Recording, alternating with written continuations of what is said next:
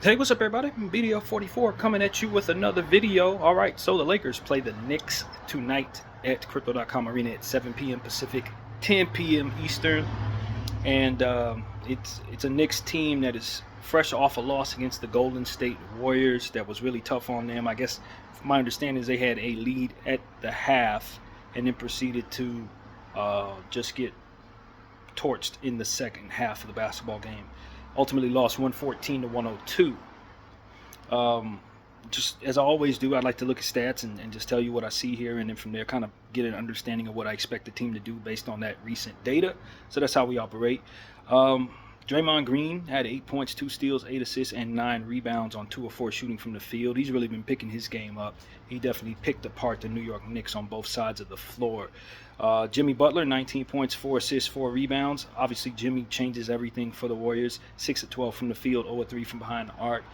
They're just a significantly more capable basketball team now that he's on board, and I would not at all, and I mean at all, be surprised to see the Golden State Warriors be the other team on this side of the Western Conference Finals. I would not be surprised. They're in the 6th seed right now. Jimmy just makes them different, man. Just like Luka makes us different, Jimmy makes Golden State different, and I wouldn't be surprised if Golden State upsets Thunder or of Nuggets or something like that. Not at all at this point because of the presence of Jimmy Butler. Moses Moody, 9 points, 1 steal, 2 assists, 4 rebounds, 4-8 from the field. Really like Moses Moody. You guys know that. I said it every time I see him on anything. He's just one of my favorite two-way young role players. He is going to be pretty good in this league in the future. He was a plus 21 in this one. Brandon Podziemski, 19 points, 1 steal, 4 assists, 5 rebounds, 2 of 6 from the field, 8 of 16 from the field, 2 of 6 from behind the arc for a pod. Quiet game from the bench for the most part. Buddy Hield did score some, 15 points, 1 block, 6 rebounds on 3 of 10 from the 3, 6 of 13 from the field, 4 of 6 for Guy Santos from the field, 9 points, 1 steal, 1 block, 2 assists, and 1 board for Guy in 15 minutes of play. Kevin Knox is now with the Golden State Warriors. I did not know that. He played 12 minutes in this game, 2 points, 2 blocks, and an assist. Kevon Looney, 2 points, 2 blocks, 4 rebounds. So you see the defense of the Golden State Warrior bench is really what I'm looking at. 1 block from Hield, 1 block from Post, 1 block from Guy, 2 blocks from Knox, and 2 blocks from Looney. I mean, you get block shots from everybody on your bench. That pretty much tells a story in and of itself. Quentin Post, 1 of 4 from the field, 1 of 2 from behind the arc for 3 points, 1 block, 3 assists. 3 rebounds, no assists there.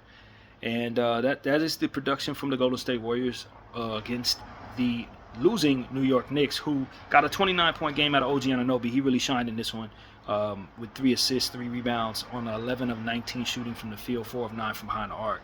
Jalen Brunson struggled from behind the arc in this one, 1 of 7.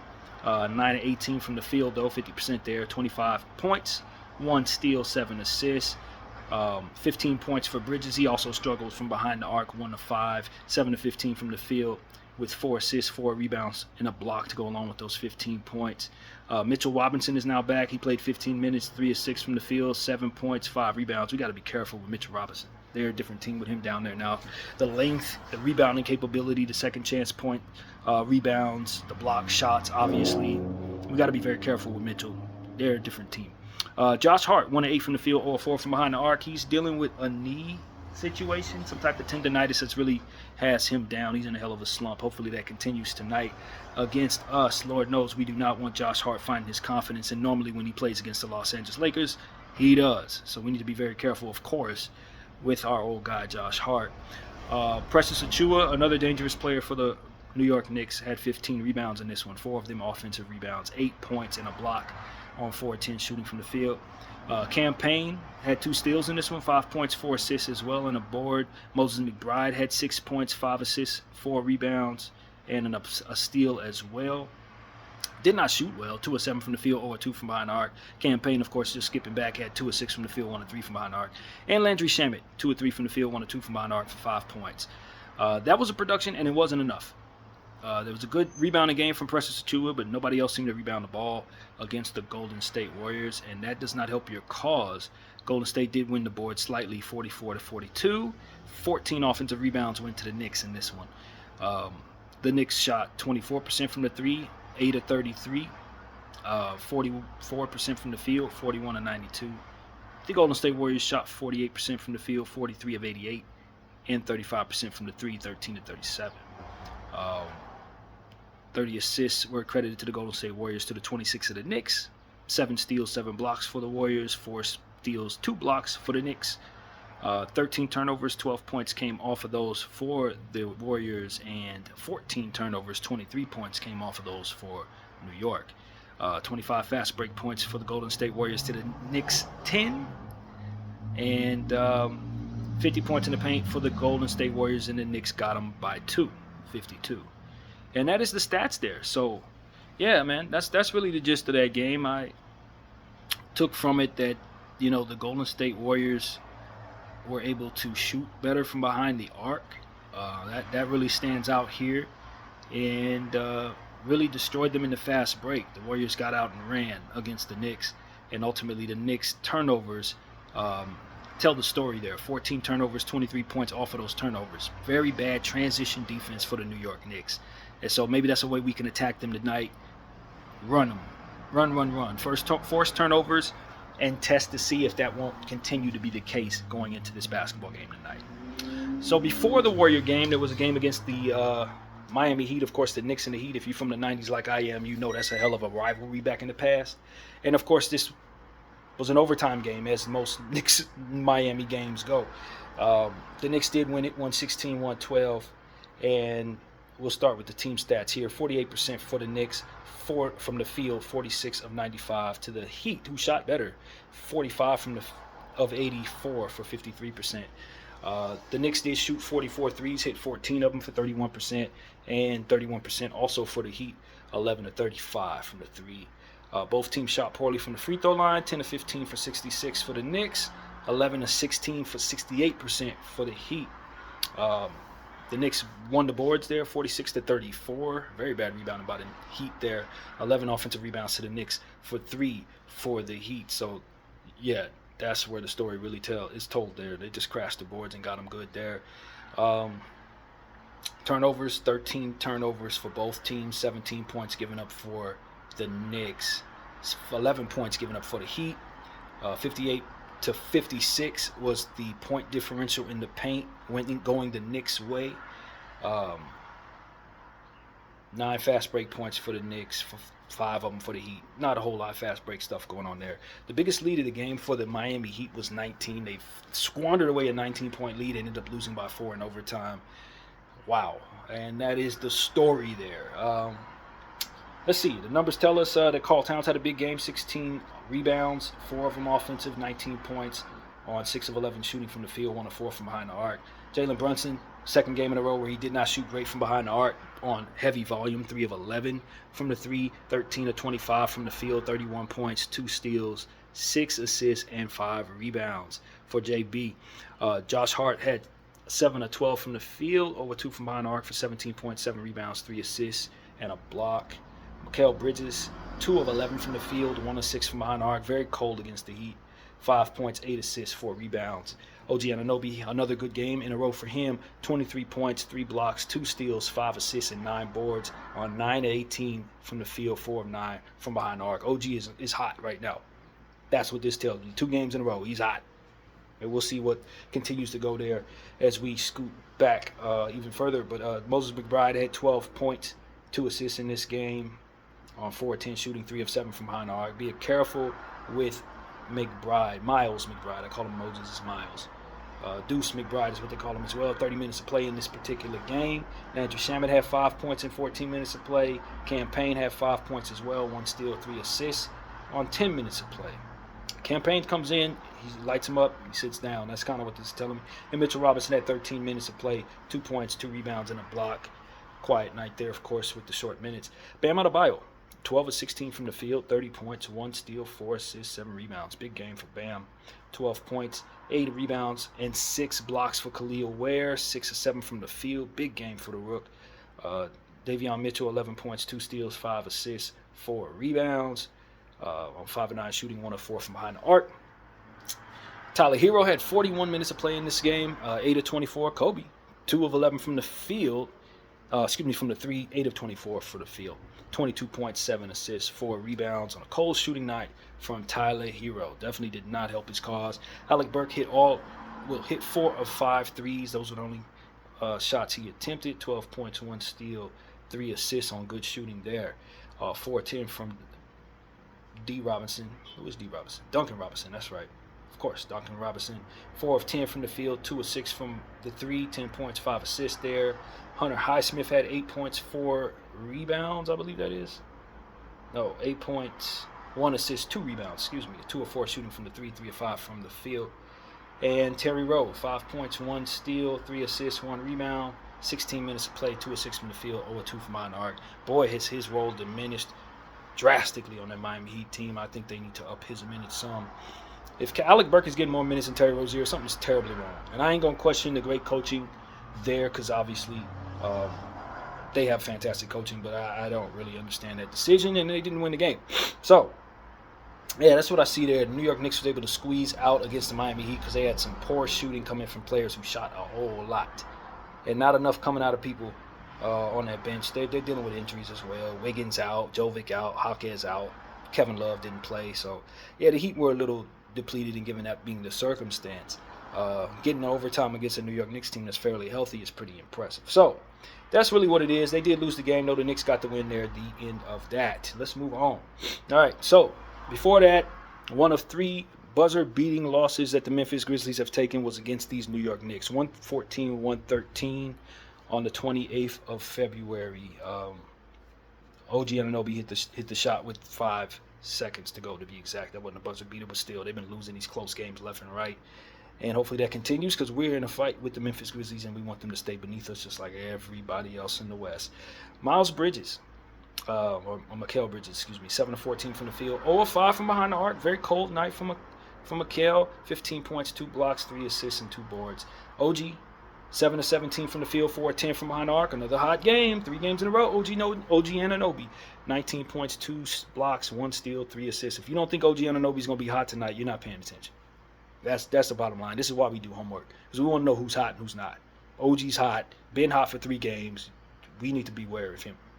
Karl Towns, 4 of 11 from the field, 1 of 5 from behind the arc, 11 points, 7 rebounds, 2 assists, and 1 block. Jalen Brunson, 23 points, 3 steals, 6 assists, 7 rebounds on 10 of 23 shooting from the field, 2 of 6 from behind the arc. Josh Hart, 2 of 6 from the field, 1 of 2 from the 3, 7 of 8 from the free throw line. Keep his butt off of the free throw line today, please. 12 points, 1 steal, 1 block, 6 assists, and 4 rebounds. I do not want to see Josh Hart taking those 7 to 8 free throws. That is not a good sign for us if he's able to do that. Precious Achiuwa got 4 minutes of play, hit a shot, 3 points, got a free throw, I guess. That's how that goes. Mitchell Robinson did play here too. 6 points, 1 assist, 5 rebounds on 3 of 4 shooting from the field, 12 minutes of play. Cam Payne came in, bricked some shots, 1 of 5 from the field, 1 of 4 from behind the arc, 3 points, 2 steals, 3 assists, and 2 rebounds.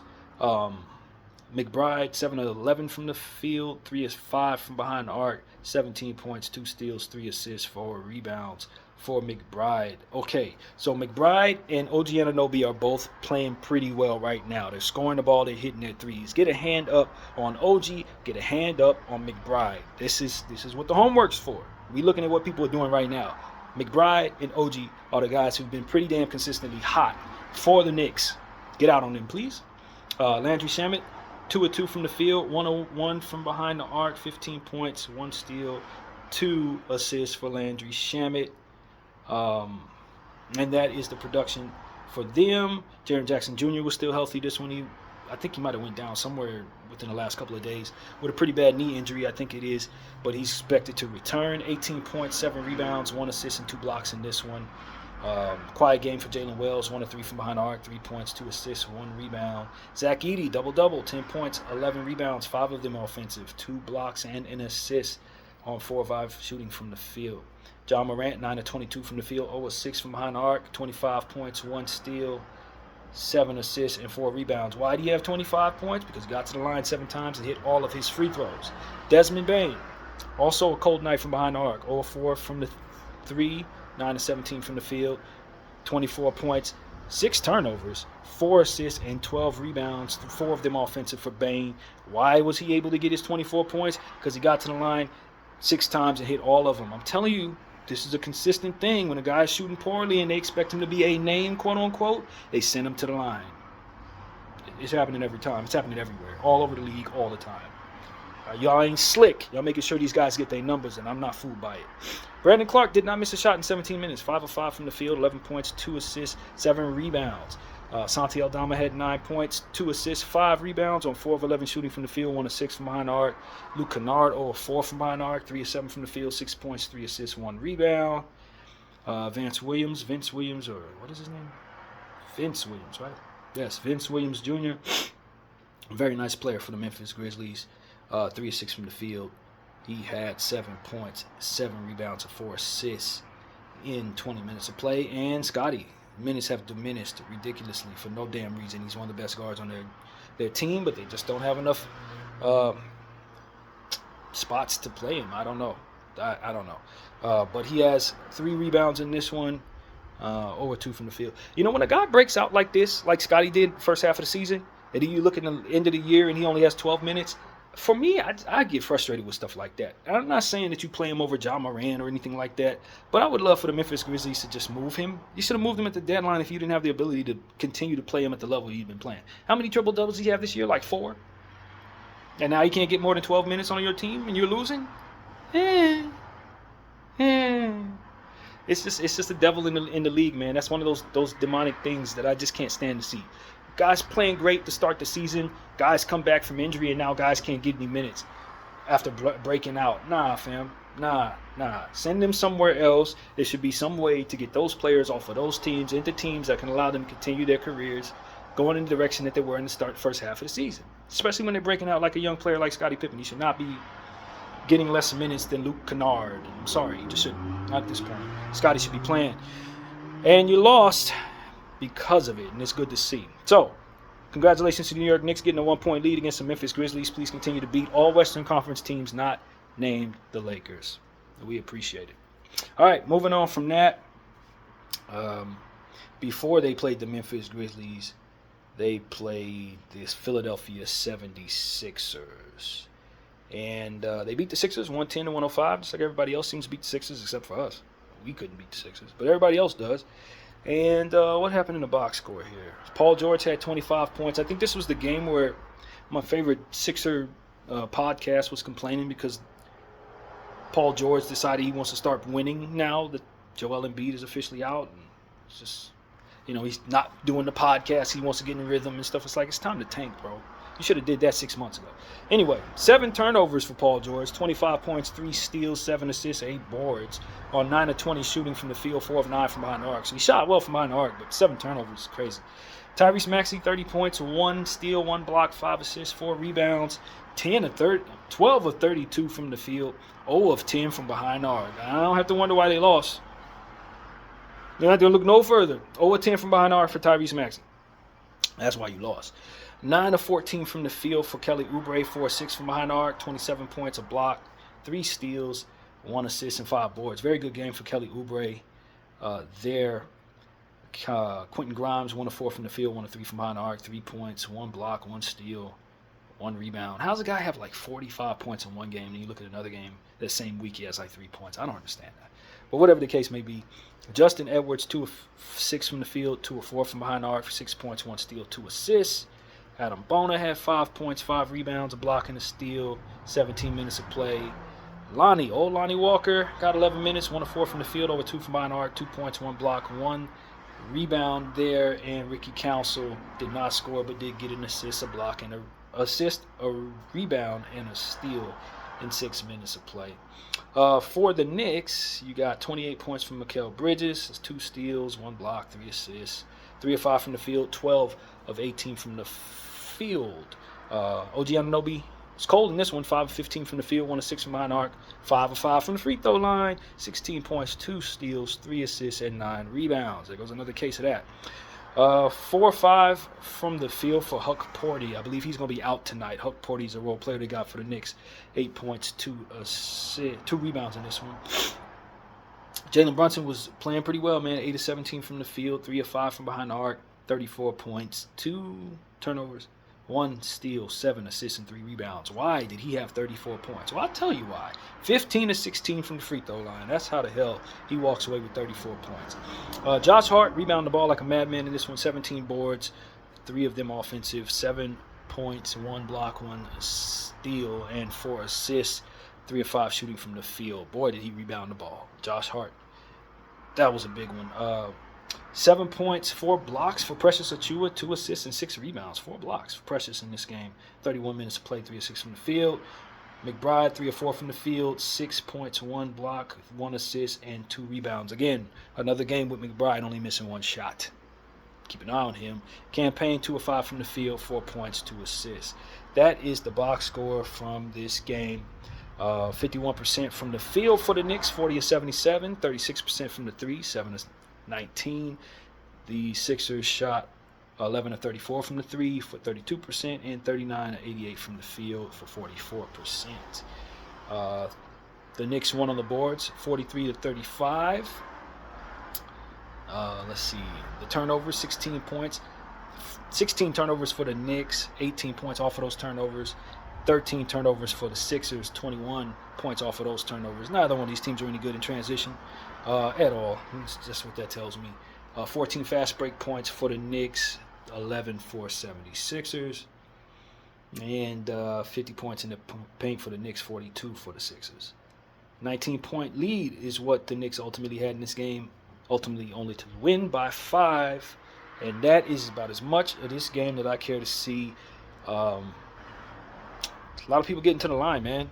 29 times did the Knicks get to the line. 23 points off of those. 79% to the Sixers getting to the line. 20 times hitting 16 for 80%. So that's what it was. A whole lot of free throws. Some cold shooting. You know, you can't have a guy who go 0 for 10 if you're Philly, man. That can't happen. Philly with Philly, man. Hopefully for their sake they get the first overall pick. Moving on. All right, and before that they played the Celtics. Did this Knicks, and you know how the Celtics do. 118-105. We'll see the Celtics next, by the way. I'm sure we'll talk about this game again. But Karl Towns had a big game, 24 points. Salute Kobe, 18 rebounds, 5 of them offensive, 9 of 20 from the field, 3 of 4 from behind the arc. Jalen Brunson, 9 of 19 from the field, 4 of 9 from behind the arc for 22 points, 4 assists. Josh Hart had almost had a triple-double, 20 points, 9 assists, 11 rebounds. 8 of 14 shooting from the field for 40 minutes of play. You know how Tibbs do. Mikal Bridges, Miles is in Charlotte. 6 of 13 from the field, 2 of 6 from behind the arc, 14 points, 1 steal, 1 assist. 10 points for OG Anunoby, 2 of 7 from the field, 2 of 6 from behind the arc, 10 points, 2 assists, 2 rebounds. And 7 points off the bench for Campaign, 6 points off the bench for Landry Shamet. McBride, 2 points, 1 block, 1 steal, 2 assists, 2 boards. Did not shoot well in this one, though. 0 of 4 from the 3, 1 of 7 from behind the arc. The Celtics, however, had 5 players in double figures. Their entire starting lineup did well there. 24 points for Jaylen Brown, 2 steals, 2 assists, 8 rebounds on 10 of 21 shooting from the field, 2 of 7 from behind the arc. Derek White had 19 points, 7 assists, 9 rebounds, 1 steal, 7 of 10 from the field, 5 of 6 from behind the arc. Derek White's been hot. We're gonna think about that right now. Derek White's been hot. Okay, when we see them next, we ain't overlooking the Knicks by any stretch of the imagination. But since we're talking about the Celtics, of whom we'll see, Derek White's been hot. Drew Holiday, 6 of 9 from the field, 2 of 4 from behind the arc, 14 points, 3 steals, 2 assists, 4 rebounds there. Kristaps Porzingis, 6 of 15 from the field, 2 of 9 from behind the arc, 15 points, 1 steal, 2 assists, and 7 rebounds there. And JT Money, 25 points, 10 rebounds, 9 assists, 1 steal, 8 of 20 from the field, 3 of 10 from behind the arc. Almost had a triple-double there for Jason Tatum. Sam Hauser had 6 points off the bench. Al Horford had 4 points, 3 rebounds. Luke Cornett, 8 points, 2 assists, 3 rebounds, 3 of 4 from the field for Luke Cornett. And Peyton Pritchard, quiet, 1 of 5 from the field, 3 points, 2 assists, 4 rebounds, and a block for P. That's the story there. Celtics did what Celtics do. They beat people. 45 of 91 from the field for 49%, 17 of 44 from the 3 for 38% for the C's. They hit all their free throws. Both teams were 11 of 11 from the free throw line. Both teams hit all their free throws. The Knicks were 40 of 92 from the field, 43%, 14 of 36 from the three, 38%. They didn't shoot enough threes. You got to shoot more threes if you're going up against the Knicks. Celtics, excuse me. You just didn't shoot enough. Celtics did beat them on the boards as well, 49 to 40. 12 offensive rebounds went to the Celtics. 8 steals to the 4 for the Knicks, 8 for the Celtics, 5 blocks for the Celts, 1 for the Knicks. 12 turnovers to the Knicks 11. 18 turnovers given up to the Knicks 15. 21 fast break points for the Celtics, 17 for the Knicks. 50 points in the paint for the Celtics, 48 for the Knickerbockers. So, and the Celtics at one point had a 27-point lead. It wasn't close. We wouldn't expect it would be. It's the Celtics beating up on an Eastern Conference team. So that's really what it comes down to, man. Ain't too much to talk about there. The Celtics do what Celtics do. They destroy the Eastern Conference all year long. And I expect it to continue well into the playoffs. So that's really what it is, man. We went back 5 games. I really do not love reading out stats, but I think the stats can help us if we can follow them. Tell us what the latest data is and how to effectively see these teams. And so that's really what it is, man. The numbers are done, though. I tell you this. We need to be aware of what's on this Knicks team and how well it's been playing. You already know JB is going to try to get to the line. You know that. And if you allow him to get to the line enough times, he can walk away with 40 points. That's not a thing. He's also one of the best closers in basketball, one of the most difficult players to guard in basketball. So we do need to be aware that JB is the number 1 on this team. Karl Anthony Towns is going through the motions, in my opinion, but I wouldn't be surprised if he has a big game in this one. I understand that he hasn't been playing as much, although I didn't really notice him not being out there in the stats. But he will be there tonight. That's the point. He's coming back against us. And, we got to be prepared for him to potentially do whatever. I mean, at this point, Karl Anthony Towns, his margin for success can be anywhere from 15 to 70 points. You know what I'm saying? Karl Anthony Towns, you never know. So you better play it by ear with a guy like that. And that's what I say. If he has it going, you better switch your defense up to try to slow him down. If he doesn't have it going, and just like the last time we saw the Knicks, he was quiet and we beat them and it wasn't much of a thing. So that's kind of what it was. The Knicks did not play well against the Lakers in the last matchup. It was one of the games where I thought the Lakers really shined. Of course, it was the last game before the trade. So Christie played very well. Anthony Davis was out. But, after that game, we did a nice video talking about how much we enjoyed the game and how well we played. And then like an hour later, we traded for Luka the Don, and nothing has ever been the same. That was what happened at the Knicks game last time. No reason to even go over the stats on that one. But we did beat the Knicks shorthanded. And, I like what our chances are tonight as well. Precious Achiuwa is a game-time decision. Mitchell Robinson's a game-time decision. OG Anunoby is a game-time decision. Ariel Hukporti is, of course, out, as we mentioned. Jordan Goodwin's still out. I thought he could potentially play. He was a game-time decision earlier, but I guess they've ruled him out since. Markieff Morris also out. Nobody expects him to check in anyway. Welcome back, Austin Reeves. Austin will be back, man. Step Up is back. We definitely excited about that. Bron and Luka are game-time decisions. I'm sure they're going to play against the New York Knicks. Lakers have won all 5 of their last 5 games. In fact, we have won 20 of our last 24 games. We are a legit contender. We're playing some of the best defense in the league, and our offense is putt-putting. We're figuring it out. But Luka had a fantastic offensive game in the last one, so I'm pretty sure we're going to see him even more comfortable tonight. As we said, the Knicks have lost 2 of their last 5, so, with them coming off that Golden State loss, I'm sure they're not pleased about that. But we need to just keep our foot on their neck. They barely beat a Miami team that was shorthanded there. It took them overtime to do it. They're not playing their greatest ball right now. I think we're a better team than them right now. So if we come in focused with our attention on slowing down that for whom it's been hot, which is OG Anunoby and Miles McBride specifically, the hot hands as of late, I think we'll have a good chance of just doing what we need to do to get a victory tonight. In a TNT matchup, of course, this is on national television, as all New York Knicks Laker games are. And they're going to get their first look at Luka the Don. I'm sure he will terrorize them like he's been doing everybody else, man. And LeBron James, I'm sure, will be right there doing the same thing. So my confidence from the Lakers right now is sky high. I do think that there's always room for frustration to be possible when you're bringing back players from injury.